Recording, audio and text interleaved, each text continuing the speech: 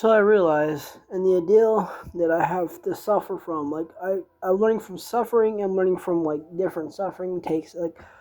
I have been exposed to people who basically want to debate me and constantly like infuse their ideas onto me, and it's they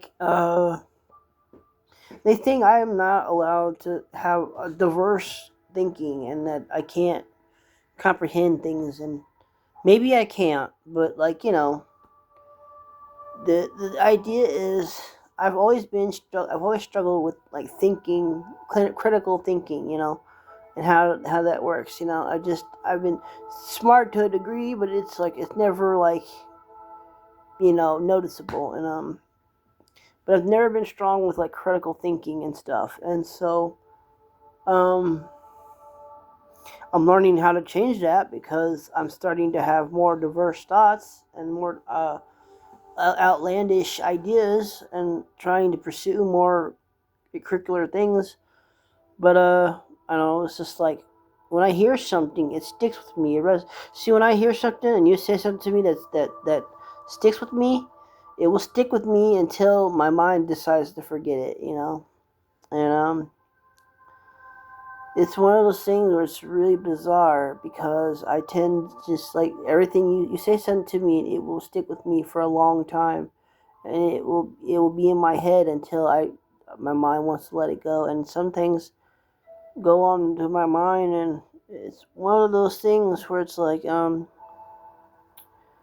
know I thought about how minor accomplishments, if you think about one of my minor, I think it's an accomplishment I think of for me because I like wrestling, that I've had every 2K game up to 2K15. In fact, the first one I got was 2K16, and it went up. I got up to about 2K19, but then I got 2K15 after I want to say 2K17, which is interesting because I wanted to have all of them. I wish I could have owned the ones before that because those ones were actually a lot better and hands down had a lot of imp behind it. But I've had all the wrestling games up to was it 2000? I had 2011, 2010. It was Raw versus SmackDown. Was the last one I had, the Raw versus SmackDown, and I had 2009. I had 2010. 2010 was actually kind of fun, even though it was kind of like a bare boned game, especially in the back, the backstage areas were kind of bare boned, kind of a deal. It didn't feel all together. And now it's just trying to connect with all the audience and stuff. There's no connection with any of the audience members. They're just zombified characters. If you ever noticed that, they're like if you ever noticed, the audience are just not up to par. They're not. The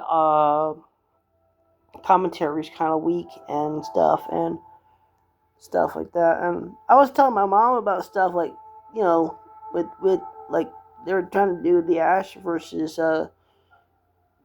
Yugi Samanto. I don't know how to say the last name. Yugi versus Ash death battle, and it's um, I wonder because for Yugi you always have to add the Pharaoh, but I'm thinking with Ash, would they ever add in Dark Ash? Because Dark Ash was a thing that I remember being a thing until I started to discover it's kind of like an alternate ego for Ash that kind of makes him more even better in battle. He kind of does stuff that's off character for him to do, and it's I think that's something they'd have to think about because if Dark Ash ever comes into play, he gets kind of evil and even doesn't care about Pokemon dying, and it's but he cares too much about his team. He wouldn't let even one die. Of course, Yugi wouldn't let any of his monsters die. It depends if it's Yugi that's controlling them. Because if it's the Pharaoh, Pharaoh will make very common mistakes where Yugi won't. Because the Pharaoh will do stuff if it feels it's necessary. And he's kind of not, I've always wondered that. Pharaoh, if it depends on if it's Pharaoh versus Dark Ash. Dark Ash seems more unconventional, whereas the Pharaoh just seems more together. If it's Ash versus just Yugi, first of all, Ash is a complete idiot. He's just an idiot. He's a genius when it comes to battle, but this won't be a Pokemon battle, so it's not. It's out of his realm. It's kind of out of his realm of a kind of a battle. Even though he's kind of like, even though all of his, if you think about it, every one of his Pokemon have flaws, and then there are a few gifted ones that he has. You know, he has a few gifted ones that are like, oh yeah, this is better. Let's talk about the one with the Pikachu. It was rivaling over a female Pikachu, and it was like this Pikachu just happened to be better because like he was able to do something that the other Pikachu couldn't do, and it was just like, why did your Pikachu have to be better than this particular Pikachu that I might have that had like a Elvis haircut too? So it's like, which is kind of funny. Which you could clearly see the one with the Elvis haircut was the better Pikachu. It's just that it was Ash's Pikachu. Oh, it was slightly better, and it could do the task that it couldn't do, and it was like, oh wow, you know, which was always kind of illiterate. I always thought, and that's where I'm at today.